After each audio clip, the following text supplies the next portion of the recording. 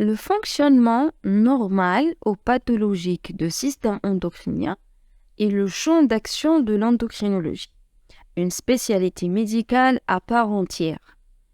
Le nom endocrinologie signifie que, on va le diviser en 3 parties. Endo, c'est pour tout ce qui est à l'intérieur de l'organisme, et la crino, en relation avec la stimulation et la sécrétion à l'intérieur de l'organisme. Donc, c'est la science qui va s'intéresser à la stimulation, à la sécrétion à l'intérieur de l'organisme. Et c'est carrément le cas avec le système endocrinien. Le système endocrinien est l'ensemble des organes et des cellules, ce qu'on appelle les glandes endocrines, qui vont sécréter des hormones dans le milieu interne, responsable de la transmission des messages chimiques, responsable de la stimulation à l'intérieur de l'organisme. Et c'est ça qui va réguler le fonctionnement interne des organes du corps humain. Ça va être un super système de communication. Au clair, donc, l'endocrinologie va être la spécialité des glandes et des hormones. Pour les glandes, c'est un ensemble des cellules spécialisées dans la sécrétion des hormones, qui sont de nature différente. Chaque glande va être spécialisée dans un ou bien plusieurs types particuliers des hormones. Ces hormones vont circuler dans la circulation sanguine à l'intérieur de l'organisme, en milieu interne, pour qu'elles atteignent les organes cibles à distance et stimuler alors la fonction physiologique de ces organes cibles. Donc, le système endocrinien va réguler les fonctions internes de l'organisme, c'est à l'intérieur, y compris même le fonctionnement de la musculature lisse involontaire. Il faut juste savoir que l'autre système responsable de la régulation des fonctions internes de l'organisme, c'est bien le système nerveux autonome. Tout ce qui est involontaire, il y en a une forte relation entre les deux. Juste le système endocrinien va utiliser les signaux chimiques, c'est-à-dire les hormones, qui vont voyager dans le sang, alors que le deuxième système autonome va utiliser des impulsions électriques pour la stimulation. Ça, c'était pour les glandes. Pour les hormones, le mot hormone, c'est-à-dire j'excite. Et c'est carrément le cas avec les hormones. C'est une substance chimique qui est active, mais à très faible dose, et synthétisée en réponse à une stimulation des cellules glandulaires. Et cette substance va agir à distance, par voie sanguine, sur des récepteurs spécifiques des cellules cibles. Donc, on peut considérer vraiment les hormones comme des molécules messagères, des médiateurs à l'intérieur de l'organisme. Chaque hormone, il faut savoir qu'elle est caractérisée par sa structure chimique, sa durée d'action, sa vitesse de sécrétion, sa concentration sanguine et même son propre mode d'action.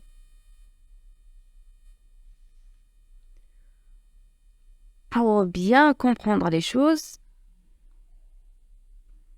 quelle est la différence exacte entre une hormone, un neurotransmetteur et une neurohormone? Les critères de comparaison entre ces trois notions vont être basés sur la nature biochimique, l'organe sécréteur et le rôle réalisé par ces substances. Pour les hormones, c'est bon, il s'agit d'une substance chimique, ça c'est de 1. Sa nature biochimique, il s'agit d'une substance chimique. Cette substance chimique va être sécrétée dans le milieu interne, dans le sang, par une glande endocrine. Pour qu'on arrive à parler d'une substance hormonale, il faut parler d'une glande endocrine. C'est obligé. Hormone, c'est par une glande endocrine.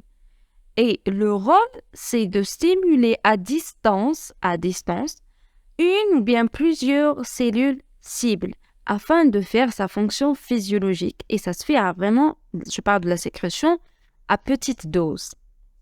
Donc, une hormone, c'est une substance chimique sécrétée dans le milieu interne, dans le sang, par une glande endocrine pour stimuler un ou bien plusieurs cellules cibles à distance pour faire sa fonction physiologique et la sécrétion se fait à petite dose. Pour les neurotransmetteurs, non, les neurotransmetteurs, il s'agit d'un signal chimique. Ce signal chimique va relier deux neurones d'un cerveau à un autre. Donc, le neurone transmetteur va être sécrété par des neurones. Et il va juste circuler en extracellulaire. C'est à courte distance d'action. C'est vraiment distance réduite. Parce qu'il s'agit d'une synapse. Et sa sécrétion, c'est pour faire stimuler l'autre côté du synapse. Un autre neurone. Et la sécrétion se fait à forte dose pour assurer le passage de l'influx entre les neurones. Donc, c'est presque le contraire. Un signal chimique sécrété par des neurones et non pas par des glandes. Et la sécrétion se fait à courte distance, juste dans l'extracellulaire. Et ça se fait à forte dose et ça fait pour stimuler l'autre côté du synapse. Pour la neurohormone, c'est un petit peu du cocktail entre les deux. Donc, il s'agit d'une substance chimique comme les hormones, mais elle est produite par un neurone. Et elle va agir comme une hormone. Donc, elle est produite par un neurone, mais elle va agir comme une hormone. Donc, elle est créée et libérée comme un neurotransmetteur, mais elle va agir à distance sur la cellule cible comme une hormone. C'est le cas du dopamine, par exemple, c'est le cas de l'ocytocine, c'est le cas de l'ADH, l'hormone antidiurétique, par exemple, et énormément d'autres types de substances. Donc, c'est sécrété et libéré comme un neurotransmetteur, mais elle va agir à distance sur la cellule cible comme une hormone. Juste, il faut savoir qu'il y en a des substances qui sont des hormones et peuvent être des neurohormones dans certaines situations.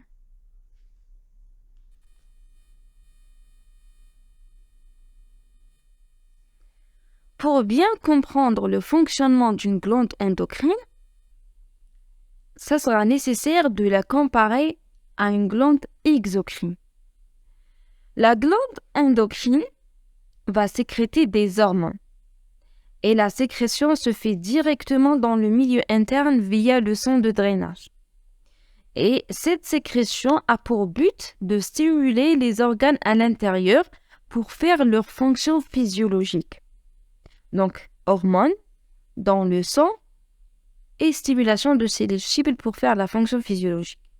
Pour une glande exocrine, elle ne va pas sécréter des hormones, elle va sécréter des substances qui sont liquides et non pas des hormones. Les hormones sont sécrétées uniquement par les cellules endocriniennes. Et la sécrétion ne se fait pas dans le sang, dans le milieu interne. Non, c'est pas de l'endo, c'est de l'exo, donc c'est de l'extérieur. Et la sécrétion se fait à la surface des muqueuses, voire même à l'extérieur du corps. Et cette sécrétion se fait via un canal excréteur. Chaque glande exocrine comporte un canal excréteur. Et le rôle, c'est de faire humidifier et protéger les tissus à l'extérieur, à savoir la sécrétion de la salive par les glandes salivaires, la sécrétion des larmes par les glandes lacrymales, la sécrétion des mucus par les bronches pulmonaires, par la paroi digestive, la sécrétion vaginale et vulvaire, la sécrétion du sac pancréatique par le pancréas, par exemple, et plusieurs autres situations. Alors, ces glandes exocrines, selon le mode de sécrétion via le canal excréteur, il y en a 3 modes de sécrétion. Une glande exocrine avec un mode de sécrétion apocrine, une glande exocrine avec un mode de sécrétion myrocrine, une glande exocrine avec un mode de sécrétion holocrine. Le but de cette classification, c'est de la façon avec laquelle on arrive à sécréter la substance liquidienne. Pour l'apocrine, c'est apical, et donc la sécrétion du produit va être couplée par une élimination du pôle apical de la cellule. Donc il y en a une perte d'une petite partie du cytoplasme lors de la sécrétion. Et c'est le cas de fonctionnement de la glande mammaire au moment de la lactation. Pour le myrocrine, la sécrétion se fait par exocytose, avec le maintien total de l'intégrité cellulaire, donc aucune perte de substance cellulaire. Et c'est le cas de la sécrétion gastrique de mucus.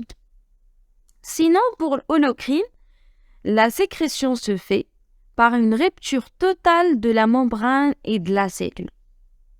Et c'est le mode d'action des glandes sébacées pour la sécrétion de sébum. Donc, apocrine, c'est le pôle apical, la perte du pôle apical avec la substance. Myrocrine, aucune perte. Holocrine, c'est la rupture totale de la cellule. Donc, une glande, au total, glande endocrine, c'est des hormones dans le sang pour stimuler les organes à l'intérieur. Une glande exocrine, c'est des substances liquides à la surface et à l'extérieur du corps via un canal excréteur pour humidifier et protéger les tissus. On notera que certaines glandes sont à double sécrétion. Ce sont des glandes qui sont à la fois endocrines et exocrines. Et on parle alors des glandes amphicrines. C'est le cas du pancréas par exemple, c'est le cas des testicules, c'est le cas des ovaires. Alors pour le pancréas, donc dans sa partie endocrine, il va être responsable d'une sécrétion hormonale, à savoir de l'insuline, du glucagon et du somatostatine. Pour sa partie exocrine, il va être responsable de la sécrétion des enzymes digestives. C'est le sac pancréatique. Pour les ovaires et les testicules, la même chose. Dans sa portion hormonale, ils vont être responsables de la sécrétion des hormones, c'est les hormones sexuelles et les androgènes. Alors que dans sa portion exocrine, ils vont être responsables de la sécrétion des gamètes. Les gamètes mâles et femelles, les ovules et les spermatozoïdes. Les principales glandes endocrines dans l'organisme et leur sécrétion. Il faut savoir que la majorité des glandes endocrines à l'intérieur de l'organisme sont sous contrôle hypothalamique via l'hypophyse. Donc, la première glande et la principale glande, le chef du chef, c'est l'hypothalamus. Et elle va contrôler le reste via l'hypophyse, c'est-à-dire la glande pituitaire, dans sa partie antérieure et sa partie postérieure. Donc, l'hypothalamus va être responsable de la sécrétion de plusieurs hormones. En premier, la TRH. C'est l'hormone libérant la thyrotrophine. Donc, la TRH va stimuler l'hypophyse pour sécréter de la TSH. C'est l'hormone stimulant la thyroïde. Et c'est le cas parce qu'elle va stimuler la glande thyroïde pour sécréter les hormones thyroïdiennes, la T3 et la T4. Ainsi, elle va libérer la CRH, l'hormone libérant la corticotrophine.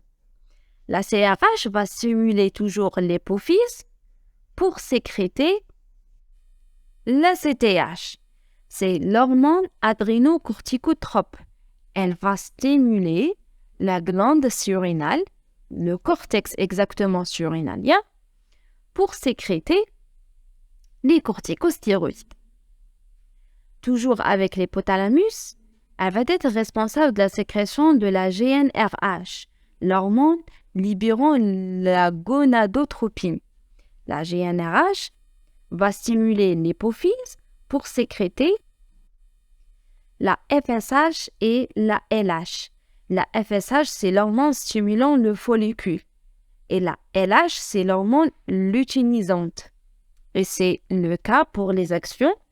La FSH chez la femme va stimuler la folliculogénèse et chez l'homme va stimuler la spermatogénèse.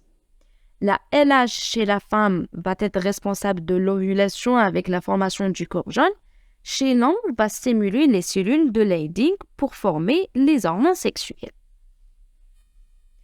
Toujours l'hypothalamus va sécréter de la GHRH, l'hormone libérant l'hormone du croissance, et c'est le cas. Donc la GHRH va stimuler l'hypophyse pour sécréter l'hormone du croissance, l'AGH. L'AGH, à son tour, va stimuler la synthèse protéique et la croissance générale à l'intérieur de l'organisme. C'est l'hormone de croissance. Ça, c'était l'hypothalamus, surtout avec les hormones responsables de la stimulation de la partie antérieure de l'hypophyse. Sinon, pour la partie postérieure de la glande pituitaire, la glande hypophyse, la glande elle-même ne sera pas responsable de la sécrétion des hormones. C'est l'hypothalamus qui va sécréter ces hormones et les stocker dans la glande pituitaire pour être sécrétées par la suite. Donc, les deux principales hormones, c'est l'ocytocine et l'ADH, l'hormone antidiurétique. Pour l'ADH, elle est antidiurétique, donc elle va inhiber l'élimination des urines. Donc, elle stimule la réabsorption du HO2 par les canaux collecteurs du rein. Pour l'ocytocine, elle va être responsable de la contraction utérine au moment de l'accouchement et même responsable de la synthèse ou bien l'éjection du lait. Donc ça, c'était au total. L'hypothalamus, le chef du chef, l'hypophyse, la glande thyroïde, la glande surrénale, les ovaires, les testicules. Il y en a même d'autres glandes, comme par exemple le pancréas, dans sa partie endocrine. Le pancréas va être responsable de la sécrétion de deux hormones principales, l'insuline et le glucagon. L'insuline, c'est une hormone hypoglycémiante et le glucagon, c'est une hormone hyperglycémiante. Donc, il s'agit des deux hormones qui sont des antagonistes. Autre glande, c'est le placenta. Placenta va être responsable de la sécrétion d'une hormone, ce qu'on appelle la HCG, c'est gonadotrophine chorionique human. C'est une hormone responsable de l'augmentation de la synthèse des oestrogènes et progestérone. L'aldostérone, c'est une hormone sécrétée par le cortex surrénalien, mais qui est sous contrôle du système rénine-angiotensine. Elle sera responsable de l'augmentation de la réabsorption rénale du Na+, avec l'élimination du K+. Toujours, il y en a comme glande à l'intérieur de l'organisme, la glande parathyroïde. La glande parathyroïde sera responsable de la sécrétion de la PTH. La PTH, c'est une hormone hypercalcémiante, c'est-à-dire elle favorise l'augmentation du taux sanguin du calcium. Toujours, la glande thyroïde, elle ne va pas sécréter seulement la T3 et la T4, les hormones thyroïdiennes, mais elle est responsable de la sécrétion du calcitonin par les cellules C. La calcitonin, c'est une hormone hypoglycémiante, c'est-à-dire c'est une hormone antagoniste par rapport à la parathormone. Elle va être responsable de la diminution du taux du Ca2+ dans le sang. Et enfin, on peut parler de la vitamine D. Il s'agit d'une hormone hypercalcémiante. Elle favorise l'absorption intestinale du calcium et la minéralisation osseuse. Sinon, il y en a plusieurs glandes endocrines à l'intérieur de l'organisme, comme le thymus, comme le tissu adipeux, même l'appareil juxtaglomérulaire du rein. Et le tout va être responsable de la régulation des fonctions internes de l'organisme humain.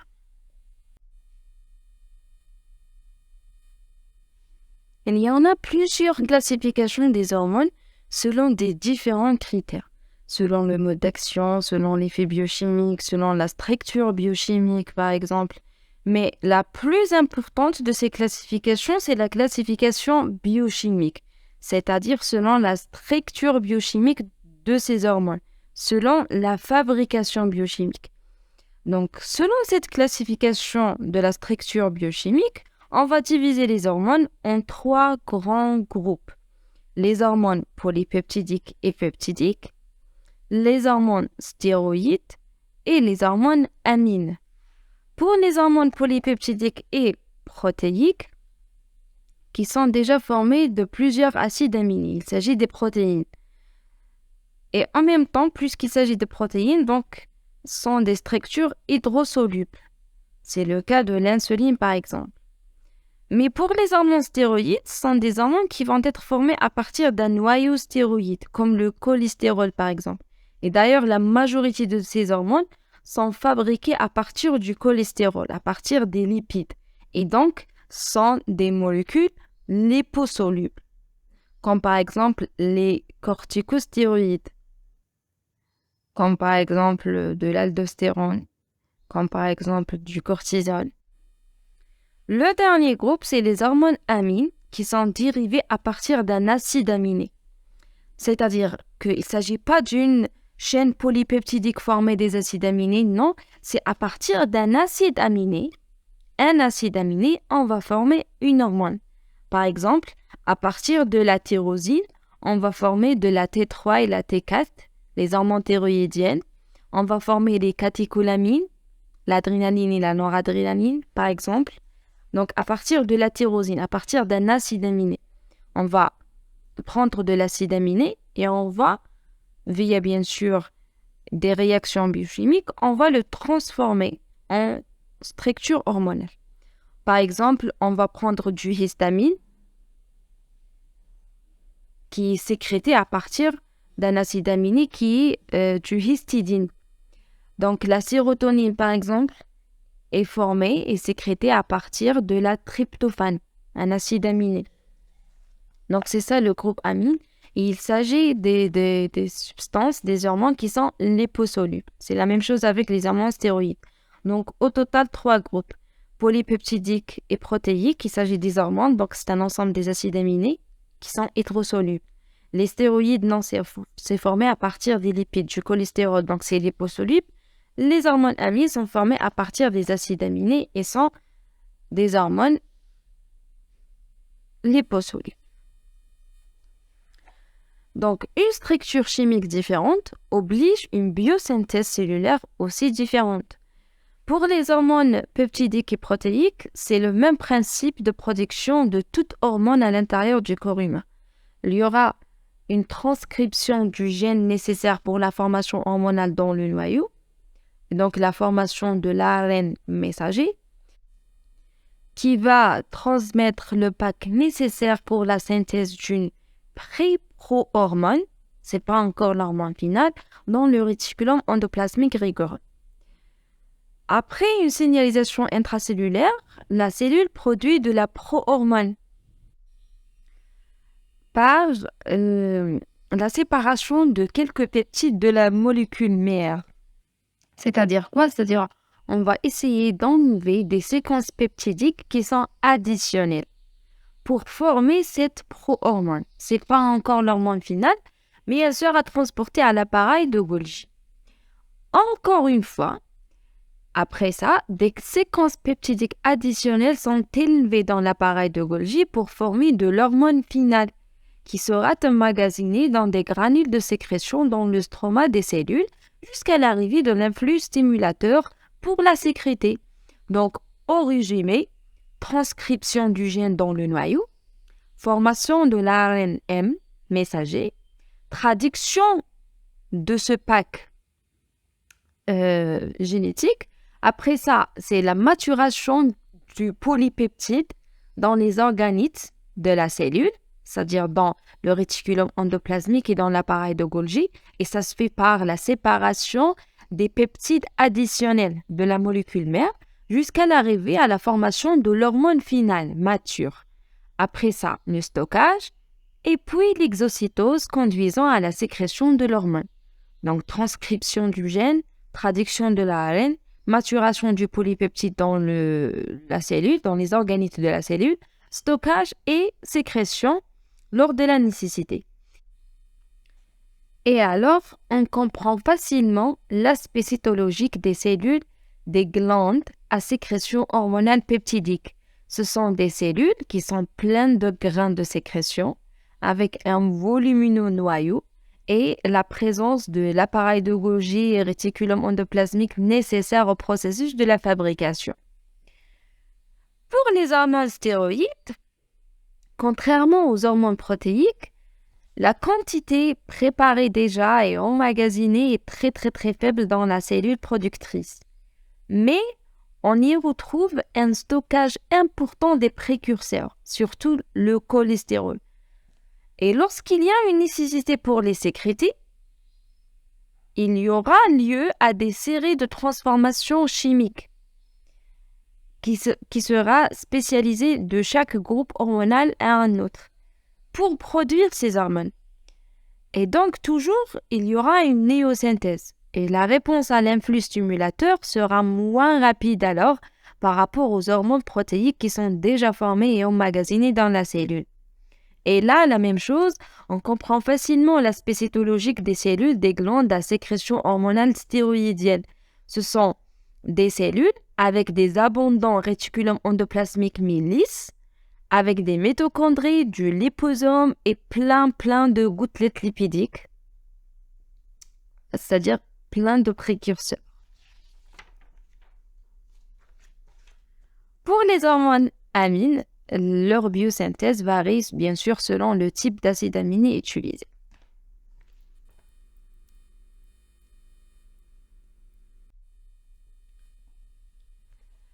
Le système de travail des glandes endocrines se rassemble vraiment au système de travail de la poste. La poste va être l'équivalent des glandes qui vont envoyer des lettres. C'est l'équivalent des hormones. Et la cellule cible va être la boîte aux lettres.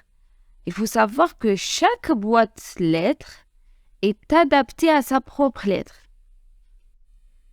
qui sera donc l'équivalent des récepteurs hormonaux. Donc, c'est quoi au juste un récepteur hormonal? Pour simplifier les choses, le corps humain va utiliser plusieurs signaux de communication pour assurer sa survie avec la manière la plus harmonieuse, via des gaz, des peptides, des protéines, des lipides et même des hormones. Alors, ces signaux agissent sur des récepteurs cellulaires. Il y en a deux grandes catégories de récepteurs cellulaires. Des récepteurs membranaires, qui se trouvent à la membrane cellulaire, et des récepteurs nucléaires, qui se trouvent à l'intérieur, dans le cytoplasme. Pour les récepteurs membranaires, c'est les récepteurs les plus répandus, les plus fréquents, alors que les récepteurs nucléaires sont réservés beaucoup plus aux hormones liposolubles, comme les stéroïdes par exemple. Pourquoi? Parce que la membrane déjà cellulaire, elle est formée d'une bicouche de nature lipidique. Donc, c'est les hormones liposolubles qui ont la capacité de traverser la membrane et se diffuser à l'intérieur de la cellule. Et ce n'est pas le cas pour les récepteurs membranaires. Pour les récepteurs membranaires, il y en a plusieurs sous-catégories.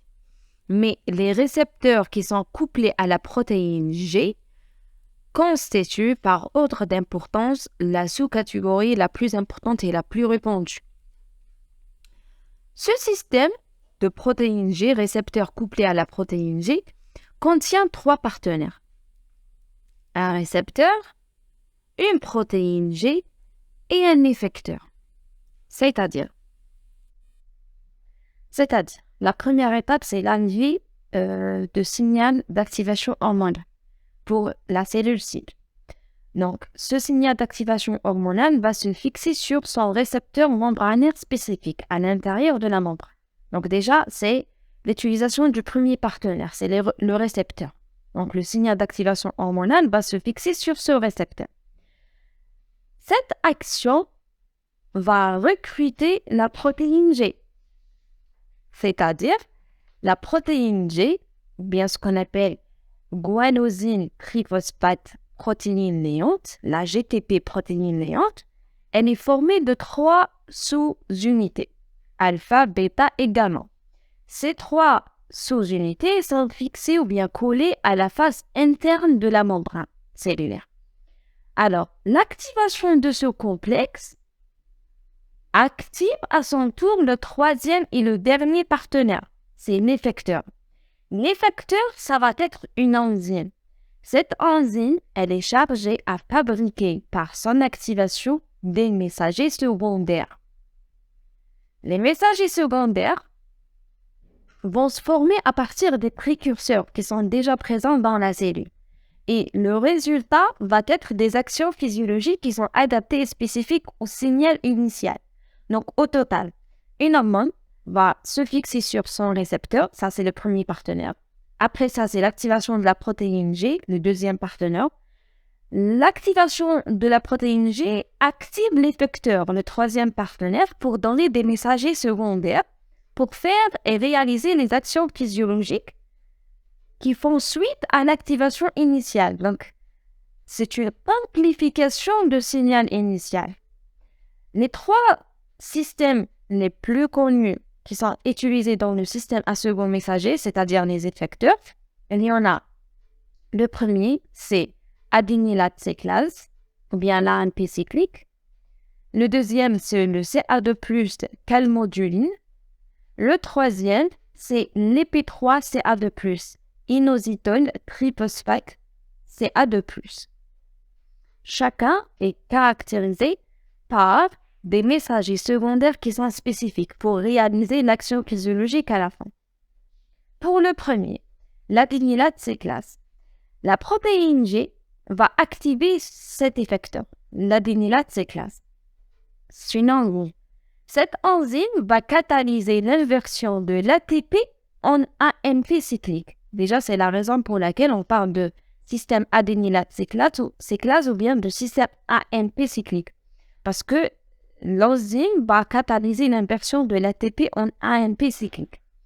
L'AMP cyclique va activer une protéine, ce qu'on appelle la protéine kinase A. La protéine kinase A va être responsable d'une phosphorylation des protéines en intracellulaire pour réaliser des actions physiologiques. Il y en a plusieurs enzymes qui peuvent travailler selon ce système de second messager, adénylate cyclase, comme par exemple de la CTH, de la FSH, LH, TSH, les ADH, l'hormone ADH avec les récepteurs V2, de CRH, du MSH, et même pour le glucagon, l'hormone hyperglycémiante.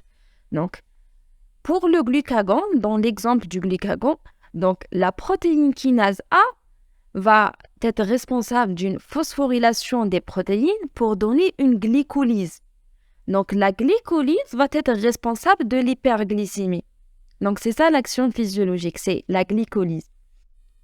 Et à la fin, pour rendre ce processus inactif, l'AMP cyclique va être dégradé en 5'-AMP par une action d'une enzyme, c'est la phosphodiesterase, ce qui va rendre le processus inactif.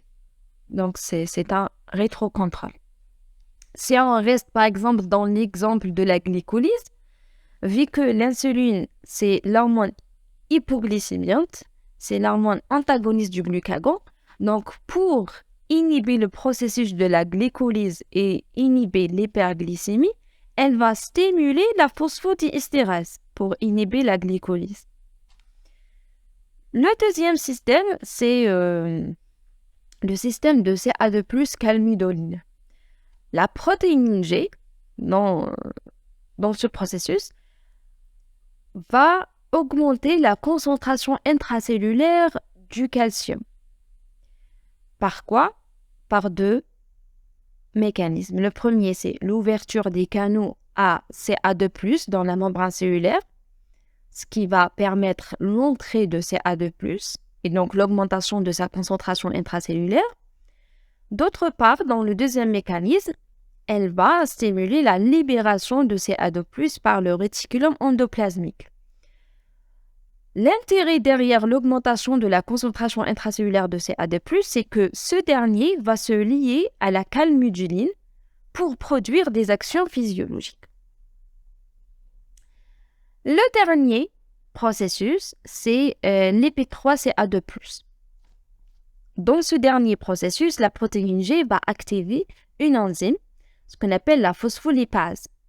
La phospholipase, elle va libérer de l'EP3, l'inositol triphosphate. Et en même temps, elle va libérer de la diacylglycérol, DAG. Et ça se fait à partir des lipides qui sont liés à la membrane.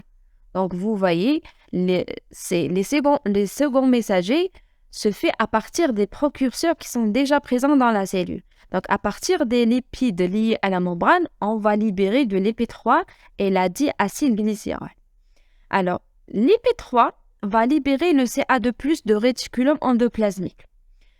Le calcium libéré par le réticulum endoplasmique va se lier à la diacylglycérol qui va activer une protéine, ce qu'on appelle la protéine kinase C. La protéine kinase C va être responsable de la provocation des actions physiologiques spécifiques par une phosphorylation des protéines. C'est le même type d'action de la protéine kinase A déjà vu dans l'adénylate C-classe.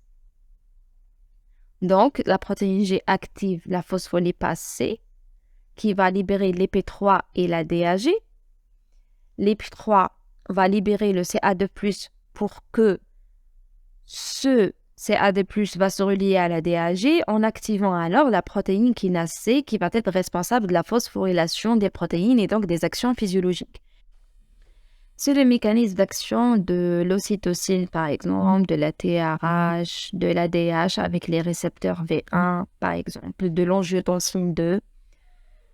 Notez bien, si le récepteur est couplé à une protéine G stimulatrice, l'effecteur va être activé. Mais si le récepteur est couplé à une protéine G inhibitrice, donc l'effecteur va être inhibé. Ce qui va donner un certain contrôle par rapport au récepteur hormono-membranaire. Pour les récepteurs nucléaires, c'est l'action des hormones qui sont liposolubles, comme les stéroïdes, la T3 et la T4. Et puisqu'elles sont liposolubles, elles peuvent traverser la membrane lipidique et se diffuser à l'intérieur de la cellule. Les hormones stéroïdes et thyroïdiennes vont diffuser à travers la membrane cellulaire. Ils vont se lier à un récepteur, soit un récepteur cytologique, soit un récepteur nucléaire, l'essentiel à l'intérieur de la cellule, c'est pas membranaire. Cette liaison hormonale au récepteur va provoquer en lui une modification conformationnelle, c'est-à-dire le récepteur va se changer de forme qui expose un domaine liant à l'ADN. Un domaine liant à l'ADN, c'est un motif protéique qui est capable de se lier à l'ADN avec une affinité pour une séquence nucléotique particulière dans l'ADN.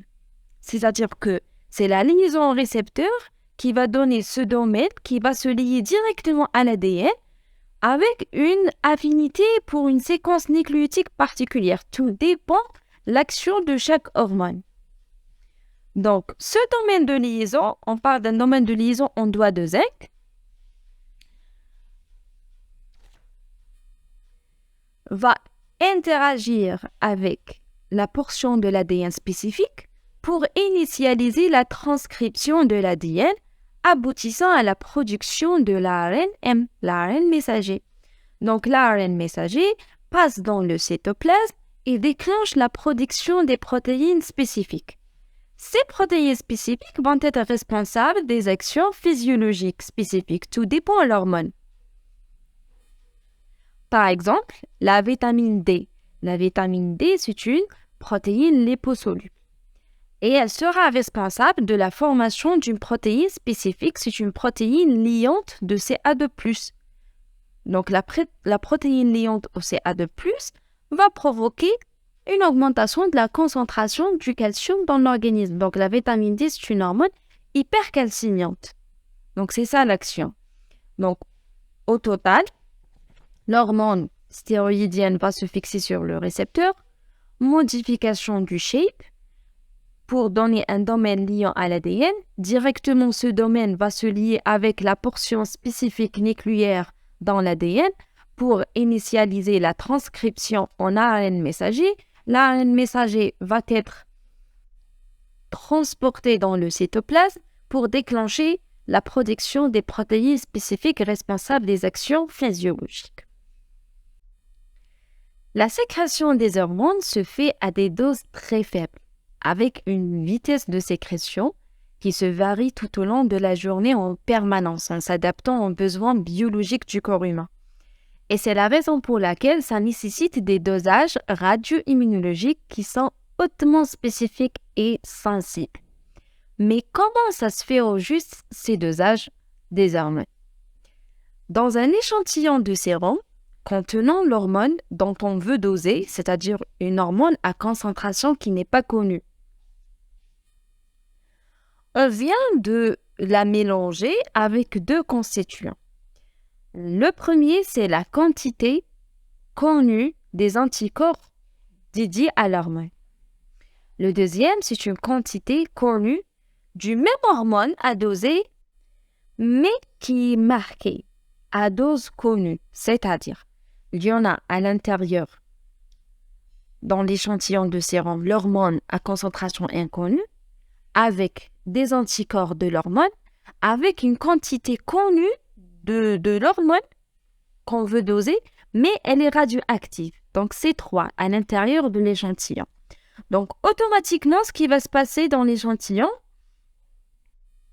c'est la fixation de l'anticorps adapté à l'hormone sur les sites adaptés, que ce soit avec l'hormone à dose inconnue ou bien avec l'hormone radioactive à dose connue.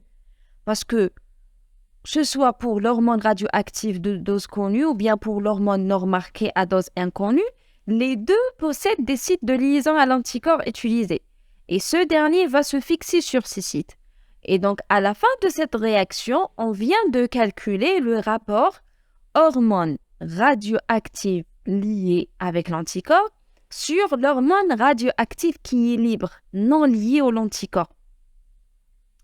Et puis, on va préparer notre courbe d'étalonnage qui est un graphique qui va traduire ce rapport hormone radioactive liée à l'anticorps sur l'hormone radioactive libre, non liée à l'anticorps.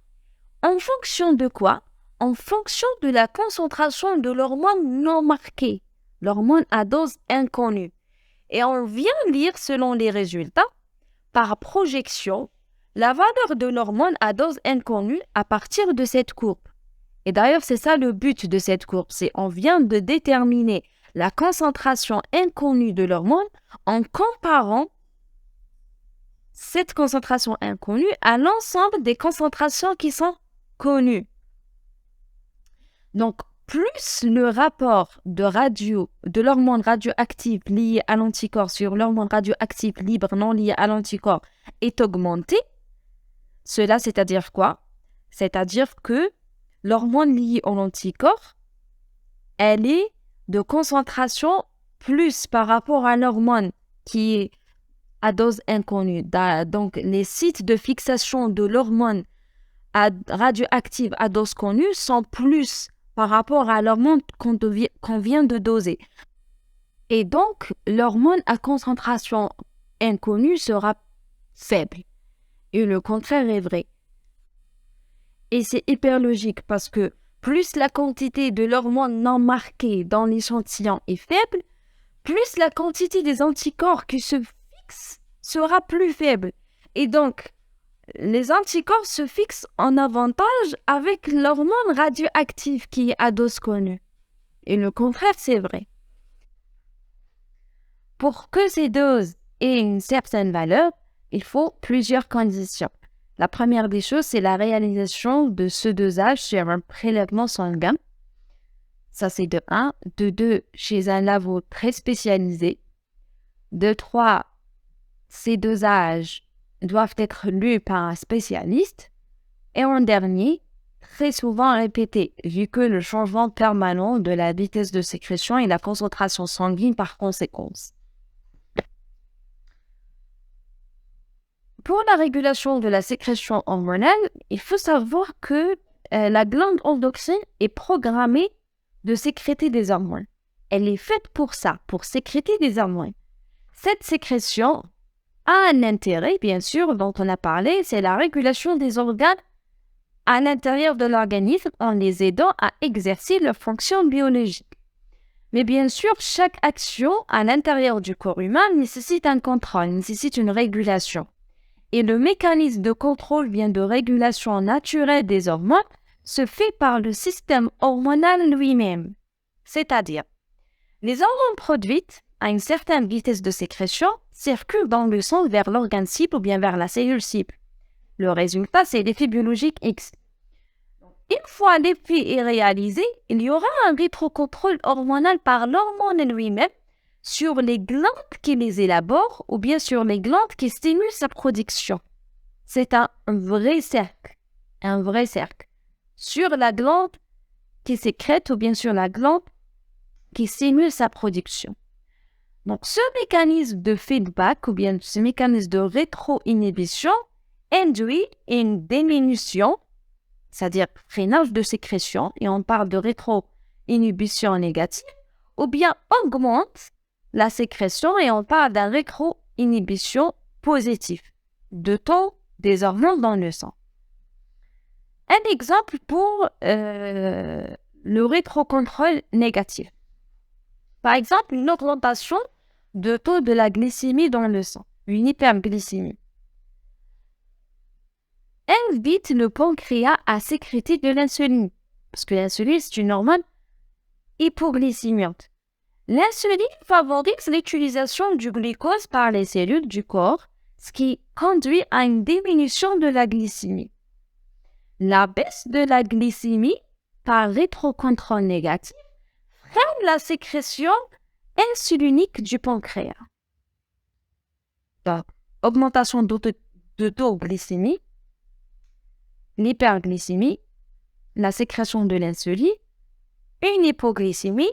Une fois arrivé à l'effet physiologique, c'est bon, il y en a un freinage de la sécrétion de l'insuline par le pancréas.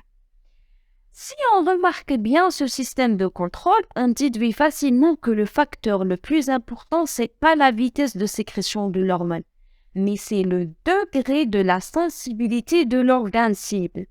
C'est-à-dire, uniquement si la sensibilité de l'organe cible à cette hormone atteint son seuil approprié, le rétrocontrôle négatif sera efficace pour diminuer la vitesse de sécrétion d'une hormone. D'ailleurs, ce qui constitue le rôle des glandes endocrines qui sont faites pour ça, pour réguler les fonctions à l'intérieur de l'organisme. Donc, uniquement si, on reprend l'exemple de l'hyperglycémie, uniquement si la sensibilité du pancréas à l'hyperglycémie arrive à sécréter de l'insuline et arrive à réaliser une hypoglycémie, le rétrocontrôle négatif sera efficace. C'est bon, on est arrivé à une hypoglycémie qu'on a déjà recherchée pour contrôler l'hyperglycémie de début. Donc là, c'est bon, le rétrocontrôle négatif sera efficace. Et donc, en cas d'une sensibilité insuffisante par l'organe, pour une raison X ou Y, la glande ne cesse pas à sécréter des hormones jusqu'à l'arrivée au bout de la sensibilité physiologique de l'organe cible, et au moins un certain seuil. Mais ça se fait au détriment d'une sécrétion excessive, d'une sécrétion exagérée de l'hormone. Et le contraire est vrai. Ce point, il est très essentiel dans l'application clinique. Pour parler cliniquement sur un dysfonctionnement endocrine, il y en a deux possibilités. Soit il y en a un excès ou bien un déficit hormonal, on sécrète trop ou bien on sécrète moins de l'hormone et qui va être confirmé par un dosage quantitatif. Et on parle d'un test statique. Les statiques, c'est un dosage quantitatif. Soit il y en a une sensibilité excessive, la glande elle est trop sensible, ou bien une sensibilité insuffisante, elle est non sensible à l'action d'une hormone. Et là, le diagnostic se fera par des tests dynamiques, soit des tests de stimulation. On stimule lors d'une hyposécrétion, lors d'une insuffisance de sensibilité, et un test dynamique de freinage. On freine en cas d'hypersécrétion, d'une sensibilité exagérée, pour voir est-ce que c'est l'hormone qui est sécrétée d'une façon excessive ou bien il y en a un déficit hormonal ou bien c'est la sensibilité de l'organe qui est exagérée ou bien qui est insuffisante. Donc ça, c'est les deux facteurs les plus importants en termes de dysfonctionnement endocrinien. c'est la sécrétion de l'hormone par excès ou bien par déficit, ou bien une sensibilité exagérée ou bien insuffisante. Pour le rétrocontrôle à effet positif, lorsque le taux d'une hormone atteint un certain seuil dans l'organisme, cela aboutit à une augmentation du taux de l'hormone dans le sang. Exemple, la poussine du LH, l'hormone sécrétée par la glande hypophysaire juste avant l'ovulation.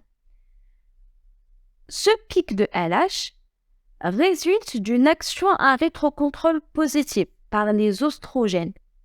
Les oestrogènes vont réaliser un rétrocontrôle positif sur la glande hypophysaire pour sécréter de LH.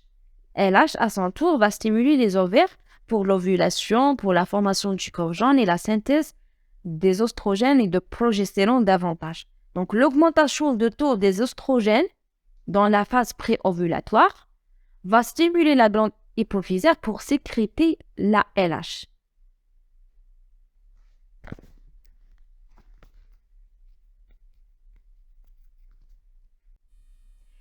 La sémiologie endocrine est basée comme toute sémiologie sur les signes d'appel qui conduisent à interroger et examiner le malade avec la demande des examens paracliniques selon la nécessité. À l'issue de ces examens, il y aura des différentes hypothèses de diagnostic, dont le but c'est de faire le diagnostic étiologique. C'est le plus important afin de bien adapter le traitement et cibler bien la pathologie. L'arrivée au diagnostic étiologique est basée d'une part sur la bonne connaissance des différentes étiologies et des différentes maladies, et d'autre part sur la bonne connaissance des diagnostics différentiels. Pour les signes d'appel, ça peut être aspécifique, de l'asthénie, de constipation, prise de poids, amaigrissement, troubles de rythme par exemple. Sinon, c'est polysymptomatologie, c'est-à-dire deux ou bien plusieurs de signes qui sont aspécifiques et qui sont associés. Asthénie avec constipation, avec prise de poids par exemple. Ou bien carrément, c'est un tableau clinique qui est complet, qui est clair, qu'on ne le souhaite pas généralement parce que ça sera au retard.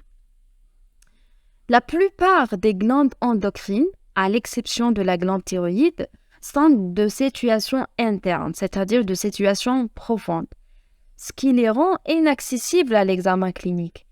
Et donc, en termes de l'endocrinologie et différentes maladies métaboliques, il y en a une place très importante aux dosages hormonaux, à l'exploration biochimique. Et les règles d'or en matière de ces dosages hormonaux sont les suivantes. La première, c'est on demande les dosages statiques avant les dosages dynamiques. On doit confirmer par un dosage statique la présence d'un excès ou bien un déficit hormonal pour chercher après, par les dosages dynamiques, est-ce que la glande elle est hyper ou la hyposensible par rapport au problème hormonal statique. Donc, les dosages statiques, toujours, précèdent les dosages dynamiques. Ça, c'est de 1. De 2, on vient de doser les hormones hypophysaires, c'est-à-dire les hormones centrales, avec les hormones périphériques que les commandent. Et ça se fait en même temps, c'est-à-dire on vient explorer biochimiquement le même axe. Par exemple, pour l'axe hypothalamo-hypophysaire surinalien, on dose les hormones centrales, la CTH, qui est hypophysaire, avec l'hormone périphérique, qui est le cortisol surinalien. La troisième, c'est qu'on tient compte des conditions particulières. Par exemple, la sécrétion du cortisol et même de la CTH suit un rythme nectéméral. C'est-à-dire quoi? C'est-à-dire que ça va suivre le rythme de la journée et la nuit. La sécrétion max, ça se fait la matinée à 8 heures du matin à peu près. C'est le pic de sécrétion du cortisol. Alors que la valeur minimale, c'est aux alentours de minuit. Et on parle du nadir, c'est la valeur minimum. Donc, c'est une sécrétion nectémérale. Donc, si on veut rechercher ou bien on veut confirmer une hypersécrétion du cortisol, on doit doser le cortisol la nuit. La nuit. Parce qu'on sait que ça suit un rythme nictéméral. Normalement, la nuit, c'est le nadir, c'est la valeur minimum, c'est le métabolisme de base. Donc, pour confirmer qu'il s'agit vraiment d'une hypersécrétion, on vient de doser la nuit. Si la valeur elle est augmentée, on peut dire qu'il s'agit d'une hypersécrétion du cortisol. Et le contraire est vrai. Si on veut confirmer une hyposécrétion de l'hormone, on doit le doser le matin. Parce qu'on sait très très bien que le matin, normalement à 8 heures, c'est le pic de la sécrétion du cortisol. Donc, si à 8 heures et la valeur elle est diminuée, il s'agit d'une vraie hyposécrétion. Le quatrième point, c'est qu'on doit demander les tests de freinage pour explorer les hypersécrétions hormonales. Et c'est logique. Je sais qu'il y en a une hypersécrétion de l'hormone X. Je veux confirmer et je veux explorer cette hypersécrétion. Donc, je vais demander des tests de freinage. Je tente à freiner cette hypersécrétion et je vais voir les résultats. Et toujours le contraire est vrai. Si je veux explorer une hyposécrétion hormonale, donc je vais demander des tests de stimulation. Je tente à stimuler cette hyposécrétion. Et le dernier point, toute suspicion d'une cause hypophysaire, c'est-à-dire une cause centrale d'un dysfonctionnement endocrinien, doit mener au bilan d'adénome hypophysaire, jusqu'à preuve du contraire. Et ça se fait par ordre de fréquence. Les pathologies des glandes endocrines se divisent en deux grandes catégories. C'est fonctionnel ou bien c'est tumoral, dans la majorité des cas. Fonctionnel, c'est-à-dire en termes de l'hypo et l'hypersécrétion hormonale. Ou bien il s'agit d'une pathologie tumorale. C'est très difficile de trancher en termes d'endocrinologie, est-ce qu'il s'agit d'une tumeur maligne ou bien une tumeur bénigne. Mais le plus important, c'est de savoir est-ce qu'il s'agit d'une tumeur sécrétante ou bien non sécrétante. C'est très important de connaître les hypo ou bien les hypersécrétions parce que le déficit ou bien l'excès d'une hormone va exagérer ou bien diminuer les effets biologiques qui sont régulés par l'hormone lui-même.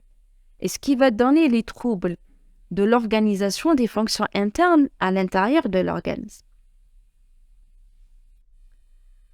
L'endocrinologie et maladies métaboliques, c'est la science qui prise en charge le fonctionnement normal ou pathologique du système endocrinien.